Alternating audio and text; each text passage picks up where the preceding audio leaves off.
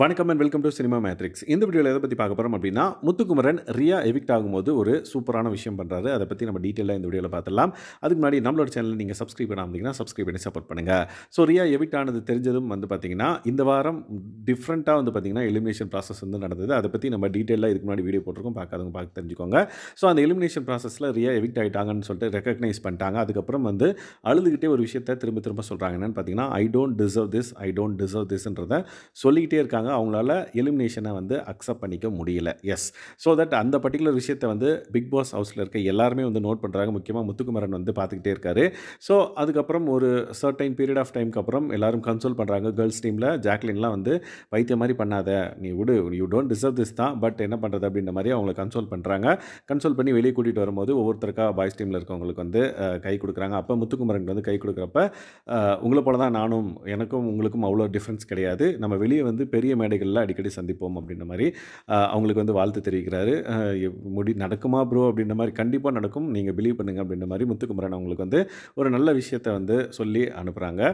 So அவங்க speech கொடுக்குறாங்க. Like, நான் இந்த மாதிரி என்னோட கேமை நான் பர்ஃபெக்டாக விளாட்னேன்னு நினைக்கிறேன்.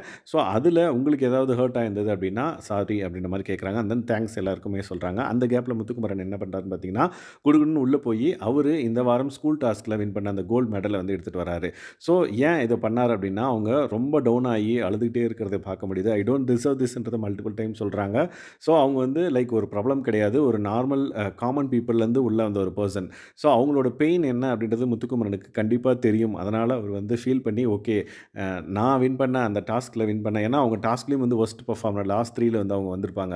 ஸோ இதை கொடுத்தா அவங்களுக்கு ஒரு ஆறுதல், மன ஆறுதல் இருக்கும் அப்படின்ற மாதிரியும், அவங்க டிசர்வ் தான் இந்த பர்டிகுலர் மெடலுக்கு அப்படின்ற மாதிரியும் முத்துக்குமரன் அதை சாச்சனாட்டை கொடுத்து பார்த்திங்க அப்படின்னா போட சொல்லியிருப்பாங்க. ஸோ அந்த பர்டிகுலர் மெடல் அவங்களுக்கு போட்டதுக்கு அப்புறமே அவங்க செமையாக ஃபீல் பண்ணாங்க, நல்லா சிரித்தாங்க அப்படின்னே சொல்லலாம். எஸ், ஸோ அவங்களுக்கு ரெக்கக்னேஷன் இல்லை அப்படின்றதான் ஒரு குறையாக இருந்தது. பட் முத்துக்குமரன் அதை பூர்த்தி பண்ணிட்டார் அப்படின்னே சொல்லலாம். எஸ், அதை சாச்சனை போட்டு கொடுத்ததுக்கப்புறம் அவங்க முகத்தில் இருக்க சிரிப்பை நீங்களே பார்க்கலாம். ரொம்ப நல்லா இருந்தது. அதுக்கப்புறம் ட்ராஃபியை உடச்சிட்டு அவங்க வெளியே போயிட்டாங்க.